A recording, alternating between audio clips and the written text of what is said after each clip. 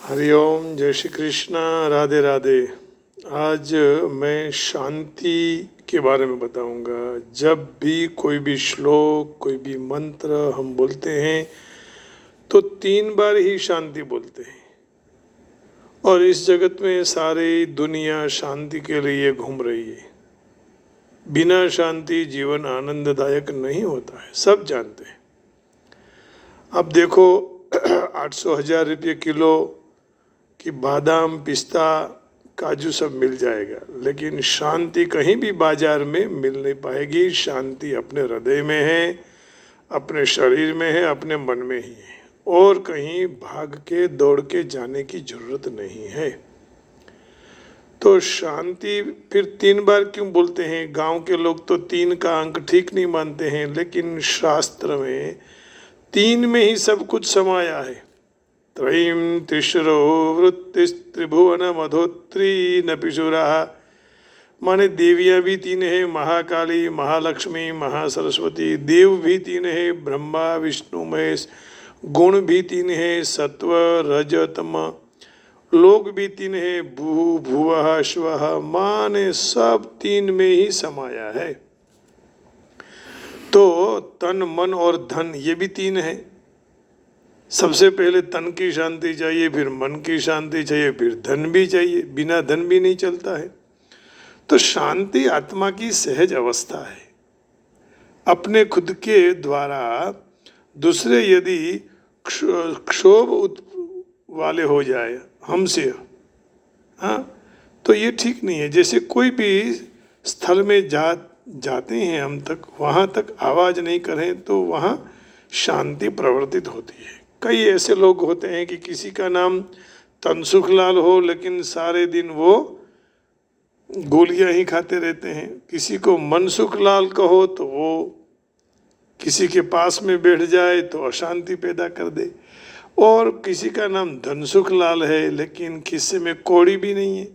तो ऐसा जीवन नहीं होना चाहिए। सब समानता से होना चाहिए। तो अपने सारे क्षोभ के मूल में शांति रही हुई है। अब जब अशांति का अंत आता है तब शांति का अनुभव होता है। शांति, अशांति चली जाए, शांति आ जाती है, क्योंकि वो तो वहाँ थी ही, हमेशा के लिए रहती है। शांति होती ही है, लेकिन अशांति को जाना चाहिए, तब सुख प्राप्त होता है। इसलिए निरपवाद रूप से व्यक्ति जीवन में शांति की इच्छा करता है। फिर भी अशांति के आवरण के नीचे ढके हुए होने से अंतर्बाह्य शांति प्राप्त करने की हमको कठिनाई लगती है, कठिन लगता है। गुजराती में अघरी के छे ने। तो बाह्य जो ये धाक धमाल जो है, और मुसीबतें, मुश्किलियाँ हैं, कठिनाइयाँ, तो इससे आदमी अशांत हो जाता है। लेकिन जब अंतर की आत्मा जग जाती है तो बाहर के कई क्लेश, कष्ट, कठिनाइयाँ, मुश्किलें उसको अशांत नहीं कर सकती है। तो ऐसे कई कम विरले होते हैं, कई कम लोग रहते हैं। शांति का आवाहन करने के लिए हमें प्रार्थना करनी चाहिए। हम प्रार्थना करते हैं। प्रार्थना करने से अशांति और मुश्किलियाँ का, कठिनाइयों का अंत होता है। और बाहर की अशांति आंतरिक रीते शांति का अनुभव होता है।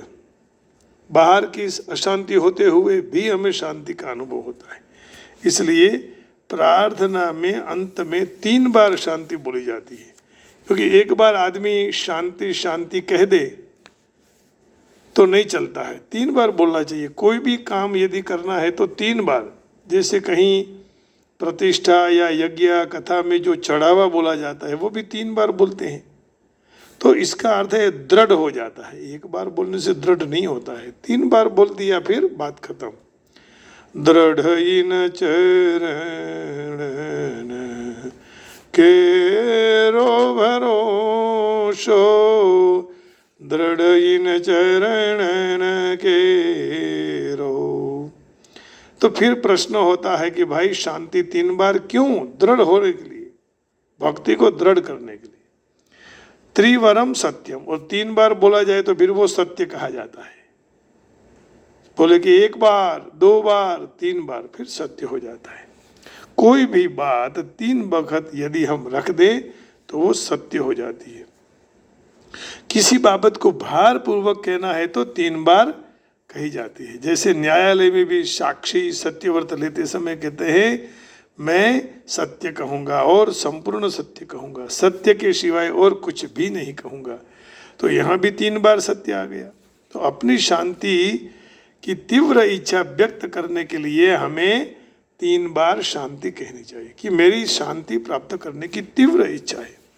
सारे दुख उपाधियाँ 3 स्रोतों में से उत्पन्न होते हैं। सबसे पहला स्रोत है आधि दैविक, धरती कंप है, पूर आया, ज्वालामुखी जैसे फट गया है ना, इसे दृश्य दिखाई दी, दैवी पर्वत आ गया और उनका पर अपना नियंत्रण नहीं है। आधि दैविक शांति हमें प्राप्त हो। दूसरी है आधि भौतिक, अकस्मात, प्रदूषण, गुनाखोरी, मानव संसर्ग जैसे अपने आसपास के परिबळ से मिलती है आधि भौतिक, उसमें से भी हमें शांति प्राप्त हो।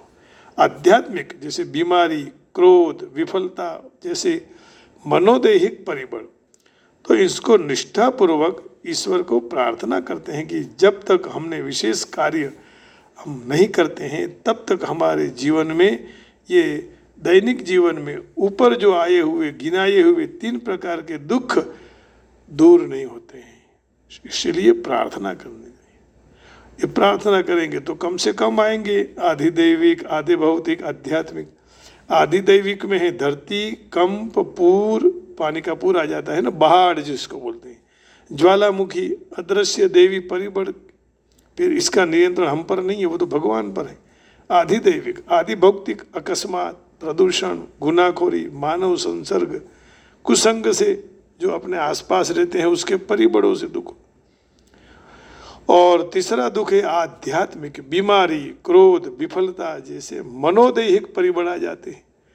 तो ये 3 प्रकार के दुखों को दूर करने के लिए 3 बार ओम शांति बोली जाती है और मात्र शांति ही फिर प्रवर्तित होती है, इसलिए 3 बार शांति बोली जाती है।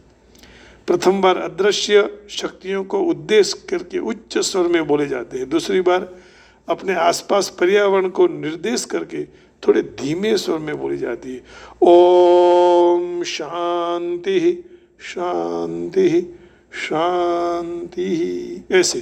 तो अंतिम बार जो अपने अंतरात्मा को उद्देश्य कर होने से अति धीमे स्वर में बोला जाता है। इस तरह अंदर बाहर शांति आ जाती है। तो अंदर और बाहर शांति के लिए केवल भगवान की प्रार्थना से ही होता है। और सब तरह से हमें आकाश शांति वाला हो, हमारी ये जल शांति वाला हो, पृथ्वी हमको शांति देने वाली हो, उसके लिए वैदिक मंत्र है ओम द्यौः शांतिरंतरिक्षघ्नो शांति पृथिवी शांतिरापः शांतिरोषधयः शांति वनस्पतयः शांतिर्विश्वे देवाः शांतिर्ब्रह्म शांतिः सर्वज्ञो शांतिः शांतिरेव शांतिः सामा शांतिरेधि जतो यतः समीहसे ततो नो अभयं कुरु शन्नः कुरु प्रजाभ्यो भयन्नः पशुभ्यः। यहाँ वहाँ कहीं भी 4 रास्ते खड़े हुए हो चौराहे पर, तो सब रास्ताओं से हमें शांति की प्राप्ति हो, सुख की प्राप्ति हो। जतो यतः ततो न अभयं कुरु, भय रहित हमें कर दो। ओम विश्वानि देव सवितर्धुरितानि परासुव चद्भदरन्तन्न आसुव। तो इसलिए कोई भी पूजा हो ना, तो पूजा में शुरू में पूरा शांति पाठ बोला जाता है। ओम आनो भद्राः क्रतवोचन्तु विश्वतो दब्धासो अपरीतास उद्भिदाः देवानो यथा सदमिद्ब्रधे असन्न प्रायुवो रक्षितारो दिवे दिवे। ये वैदिक शांति पाठ हुआ। पौराणिक में या श्री स्वयं सुकृतिनाम भवनेश्वर लक्ष्मी। तो पूजा में हमारा मन लग जाए, मन शांत हो जाए, बाहर का वातावरण शांत, अंदर का वातावरण शांत, तो शांति प्राप्त हो जाती है और उसी में भगवान का वास होता है। जय श्री कृष्ण।